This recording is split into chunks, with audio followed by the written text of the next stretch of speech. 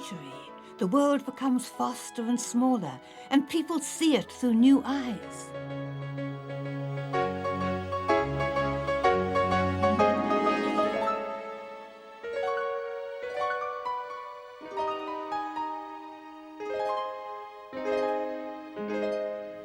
Life begins to change rapidly in the 20th century, and of course it changes for painting too. Paris is still the center, but what a different Paris. It's here that the whole story of what we call modern art begins.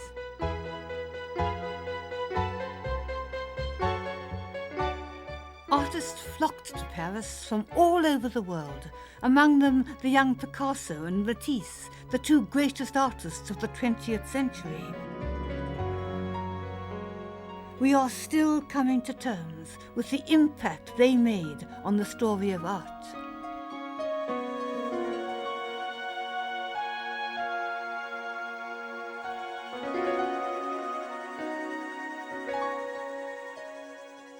But the brave new modern world had its roots hundreds of miles to the south in the hills of Provence.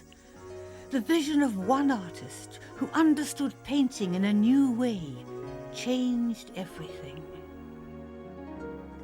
That great changer was Cezanne, and this is the countryside he lived and worked in, dominated, as you can see, by the great bulk of Mont Saint-Victoire, which he painted over 60 times. That's the real mountain. And if you want to know why he's the father of modern art, just look at what he did with it.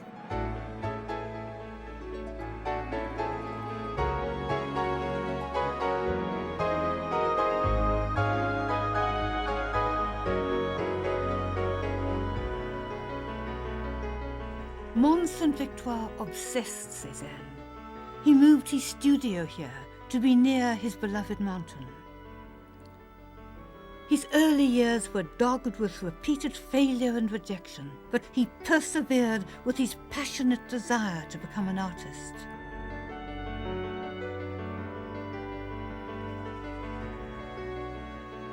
Looking at nature, Cezanne saw that nothing exists in isolation. Things have colour and they have weight, and the colour and mass of each affects the weight of the others. Cezanne devised a new pictorial language, a new method of painting where blocks of colour, not lines, build up his pictures. Unlike the Impressionists, who tried to capture the single moment, he paints a scene as it is during the changes of the day. He struggled to do something completely different. His is a complex, multifaceted world where things are not what they seem.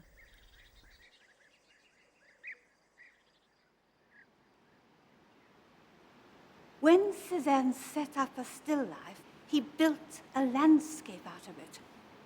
There's the mountain, that ginger jar, and there are the houses and the hills, those glorious rounded fruits, and there's the great swathe of the valley, the starched napkin. And he would spend days, weeks, months trying to understand the meaning of what he'd created. And although the fruit would rot and wither, he would never change it, because he felt that somehow all these objects were in an envelope of intimacy. He said they were conversing with one another. Relationships had been established. And that's always what he wanted to paint. You can see it's not completely realistic. I mean, look at the wonky legs of the table and the tilt of the tabletop. It's not just what he saw, but what it all meant. Cezanne's legacy to the 20th century can't be underestimated. Without him, the story that follows would never have happened.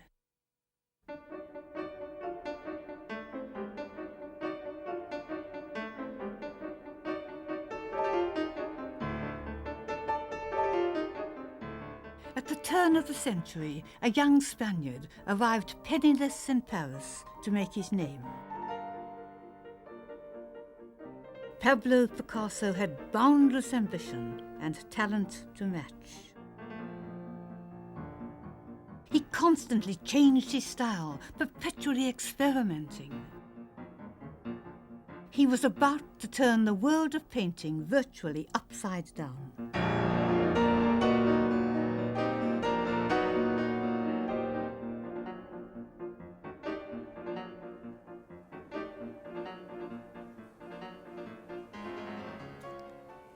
There are several painters who are crucial to the story of modern art, but only one painting.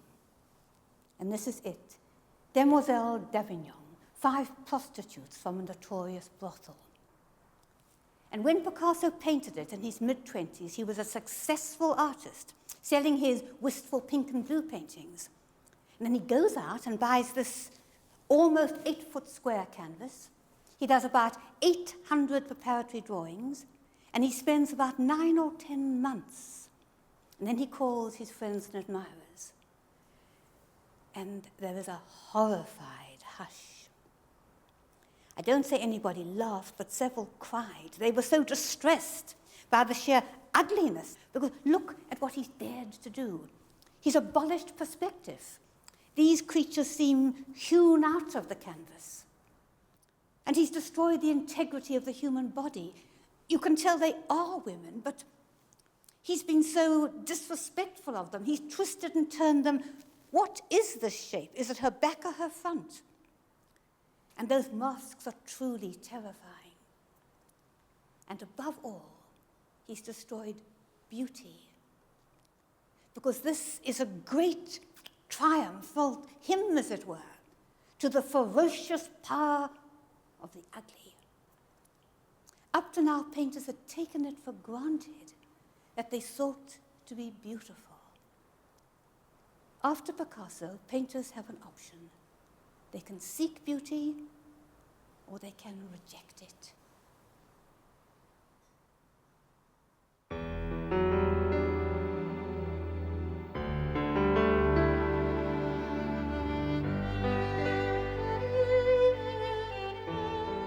By treating the world like a piece of paper, tearing it up, and then putting it back together at his command, Picasso had invented a new way of painting, Cubism.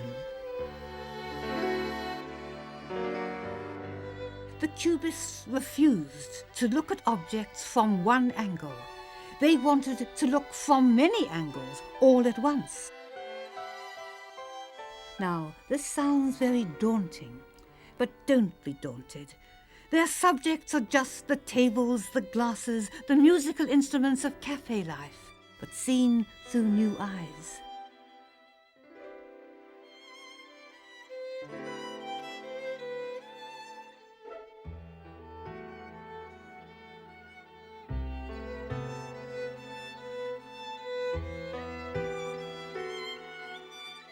Picasso and his fellow pioneer, Georges Braque, developed Cubism together. They had found a way of painting not only what the eye sees, but what the mind knows to be there as well.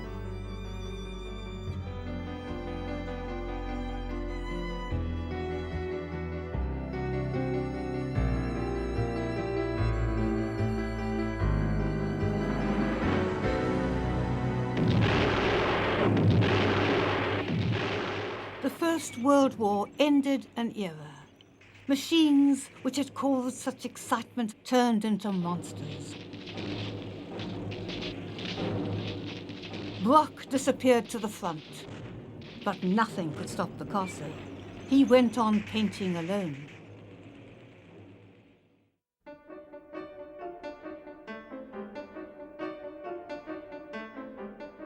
Astonishingly, you can chart Picasso's whole art by his relationships with women. He loved women. Each new relationship brought a new wave of creativity, a new model, and a new vision. But he also hated women. So when he made images of them, he manipulated them, he destroyed them, he twisted them to show they were only mistress in name, he was master.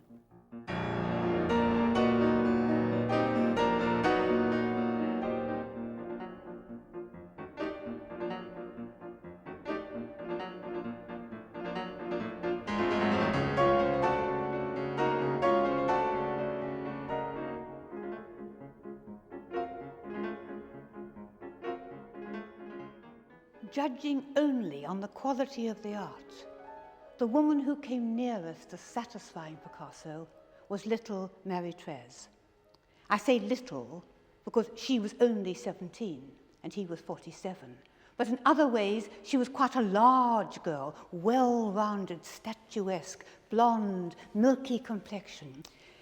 Somehow this child acted as a kind of mother figure to him. She didn't threaten him or do anything but nurture his genius. So please, don't regard this as Picasso up to his usual tricks, twisting and despoiling to show that he's in command. No, this is as near to a tender image as he ever got. He's trying to show how beautiful she is, how fruitful she is. Water runs past her with green reeds, there are flowers over her, wonderful shapes of nature, and the most wonderful shape is Marie-Thérèse herself. All her body parts are there, but not, of course, in the normal order, because that's not what he wants to show. Not what she looked like, but what it felt like to be loved by her, to be taken into this warm, soft, rounded embrace and made to feel whole. Even her hair is like a green leaf, and her hand rests with such submission on that red and gold cushion. And when he dumped Marie-Thérèse, as in the end he did everybody, with her he lost this sweetness. Never again did Picasso produce an image that's so rich, so warm, so strong, and so irresistibly seductive.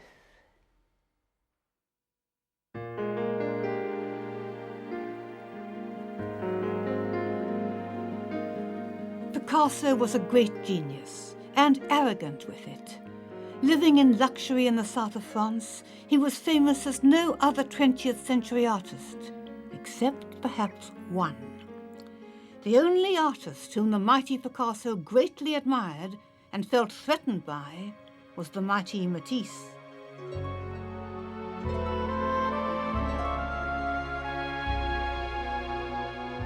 Matisse liked hotels, not for themselves, but because they set him free to devote himself to the one thing that mattered to him, his art.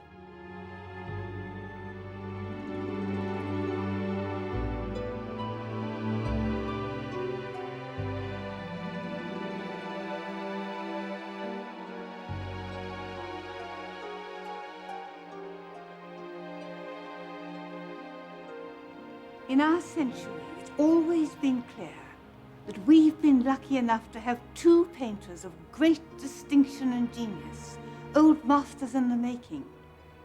And when I was young, people always said Picasso and Matisse. But I've noticed with great interest and satisfaction that now they're tending to say Matisse and Picasso. Not that it matters, of course, but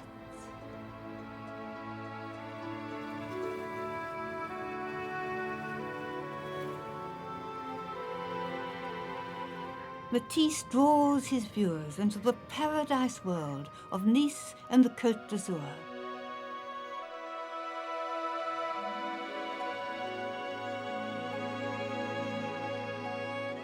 His are some of the most dazzlingly beautiful paintings ever created.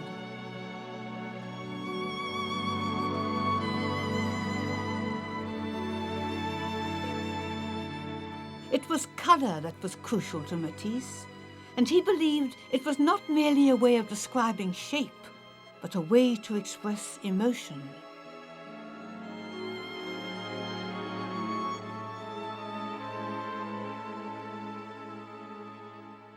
Look at what he painted when he went to Morocco, a young warrior from the Rif Mountains. And although it is wild and passionate, it's so marvelously controlled. Look how he's contrasted the background with that strange magenta floor, all contrasting with the monolithic stillness, the simplicity of the warrior himself. And he's alert, he's vital. He could spring up at any moment and attack or flee or just look at us with that strange and daunting look. And what makes all this painting cohere, all the colors come together, is the face. And only Matisse would have dared to paint a face that's yellow and red and green. It not only makes the picture work in color, but it makes us understand the young man, to understand that we don't understand him. He's beautiful, he's graceful, he's full of dignity, but he's alien. But oh, what an electrifying image.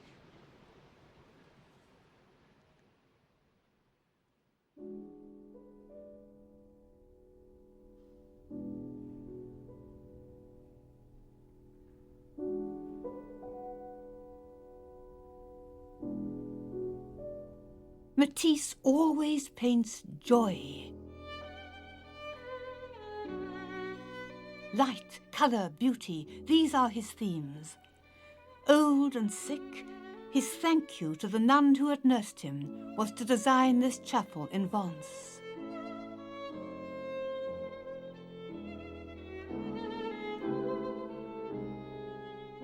It seems to me too simple and stark to be a typical Matisse, but when sunlight floods through the windows, you can see the essence of Matisse, radiantly unchanged.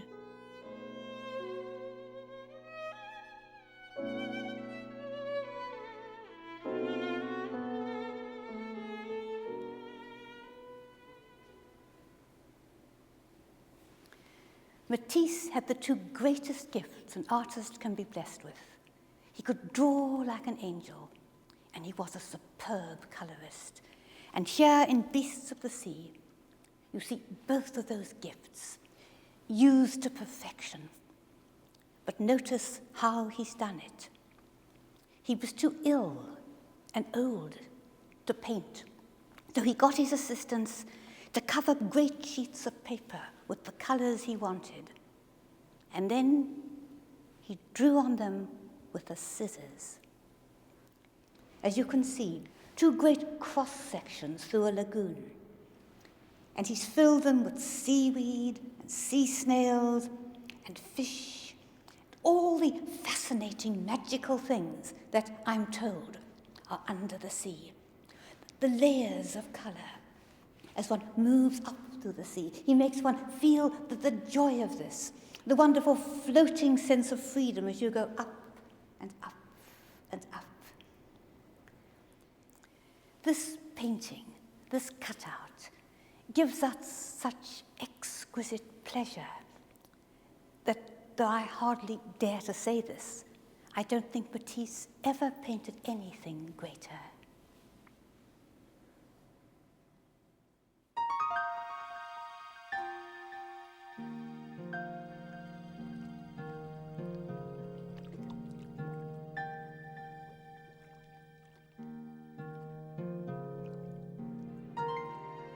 Colour can have a life of its own. It was a Russian artist, Kandinsky, who was the first to realize this.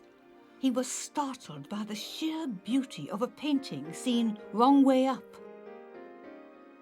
Not being able to read it, to understand the image, seemed to him a liberation.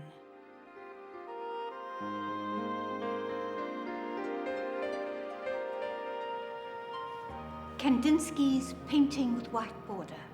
And believe it or not, every mark here has been most carefully thought out, agonized over for months, only put there when he felt an inner necessity. That's what had to be. Kandinsky had a very rare gift. He not only saw colors, he heard them and he felt them. For example, green felt like summer and it sounded clear. So what he has to coordinate is not just how it looks, but how it sounds and how it feels. Because he was a believer in the Big Bang theory of creation. And he wanted violence, he wanted collision, he wanted conflict, believing out of this would come something new, something creative. And the central conflict here, this will astonish you, is between St. George and the dragon. The Russian St. George, a mythical figure of life and truth, springtime.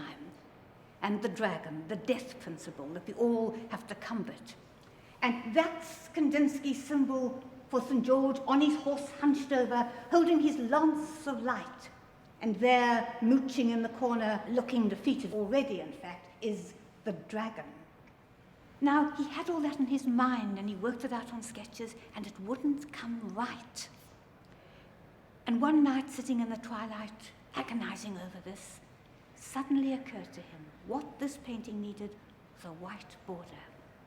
And there it is, curling round into the abyss, and then a great luscious white wave sweeping over, round and out again, as if it's so stormy, so violent, so vibrant with life within this picture, that it needs the white wave to control it and contain it.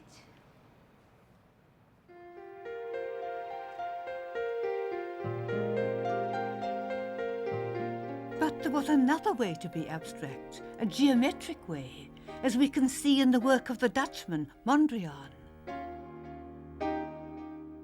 Primary colours, black lines, right angles everywhere, and it works. Mondrian consciously paints his desire for order. But the theories of Freud had shown people that order is not natural to that strange, irrational, fantastic beast, the human mind.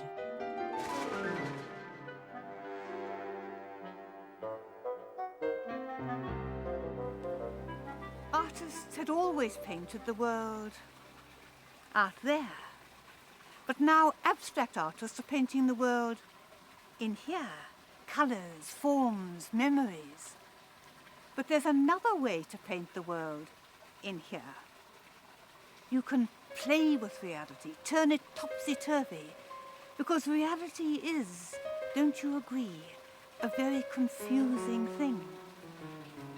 And we call these artistic acrobats surrealists.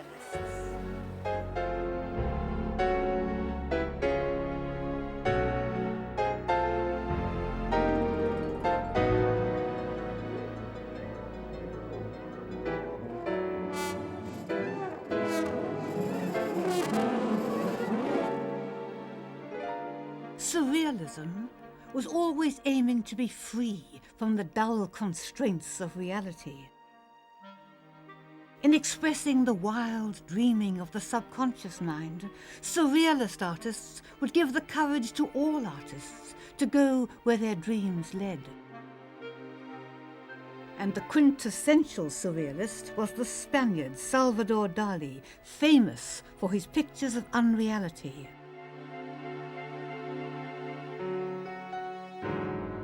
Dali's persistence of memory is one of the archetypal images of our century. Everything we should feel certain of has collapsed and gone berserk. The melting clocks and the distorted face have an inescapable intensity. Dali wants us to be disturbed and to enter with him into his nightmare world. Horrible painting.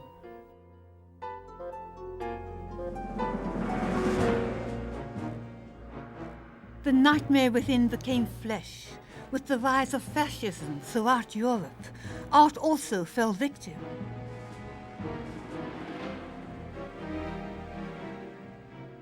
Like that of many of his avant-garde contemporaries, the childlike paintings of Klee were labelled dangerous and degenerate. Paul Klee was a small man from a small country, and he painted small pictures, though this one, Fish Magic, is bigger than usual. And I think this modesty of his has perhaps rather obscured his importance in the story of painting, because all that matters in the 20th century, the good things in his art, seem to me summed up in Klee. He's all the poetry of Cezanne. Of course, this is not in the least like Cezanne, but it has that deep lyrical beauty of Cezanne. And if Matisse is the great colourist of the century, well, Klee can give him a run for his money, because look at the colour of this. The beautiful way the fish gleam and glow at us as they come out of the darkness. And Picasso, that great master of invention, well, Klee's inventive too. Like Picasso, he loves to change the textures of his painting, and he's glued a square of muslin here, and it just subtly deepens the mystery. And again, this rather Heath Robinson clock. The only figures we can see are 1925, and that's the date that he made the painting. And then he was a great friend of Kandinsky's. They taught together at the Bauhaus in Germany, because they couldn't make a living by painting. And there's nothing abstract here, but there is Kandinsky's great sense of theatre, of something happening, a conflict. And as you can see, this little clown has drawn back the curtain, so we can look at what's happening and make up our own minds. Klee said he wanted to paint like a child, but a wise child. And then, of course, there's surrealism everywhere. The two moons and the strange sun that's a blue flower. And this little creature who has his heart in his mouth and hands like seaweed. I'm besotted with Klee. I think this is the most magical painting, fish magic indeed. And above all, what I find so wonderful is the great sense of freedom. And wouldn't you agree that the great gift of the 20th century to artists was this growing sense that they weren't bound by the rules, they were free?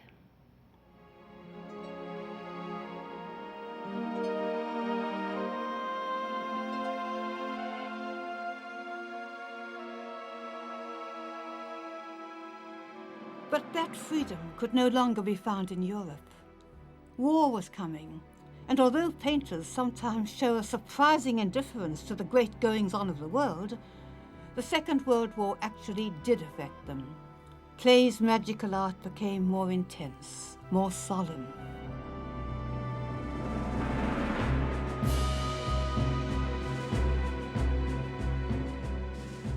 As the Nazi occupation advanced, artists, along with so many others, were forced to a new home, a new place of work.